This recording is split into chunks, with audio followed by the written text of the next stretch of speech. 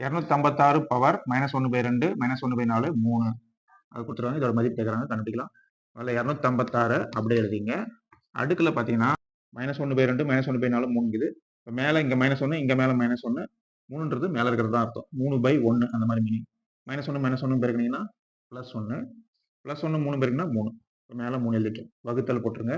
கீழே பாருங்க 2 8 அவ்வளோதான். இங்கே எதுவும் இல்லை கீழே. இப்போ 3/8 6னுடைய அடுக்கில் 3/8 சரிங்களா? இப்போ இதை சால்வ் பண்ணுங்க. 16 16 156 அந்த மாதிரி நீங்க சால்வ் பண்ணிடலாம். 256 நம்ம தானா ஊற்றி போடலாம். உங்களுக்கு தெரிஞ்சது தான். இது ஈஸி தான், நான் வேகமாக போட்டுறேன். 1 2 2 4 8 16 மறுபடியும் 2 6 2 4 2 3 2 6 2 4 2 16 2 8 2 4. அப்போ என்ன பண்ணோம்னா இதனுடைய அடுக்கு 8 தான். 256 2 அடுக்கு 8 எழுதிட்டோம் சரிங்களா? பிராக்கெட் போட்டுருங்க. 3/8 3/8 அடுக்கில் எழுதிங்க சரிங்களா?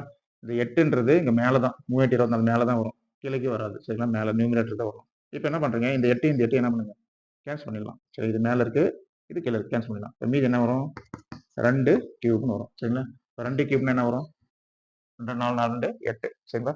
இதோட மதிப்பு வந்து 8.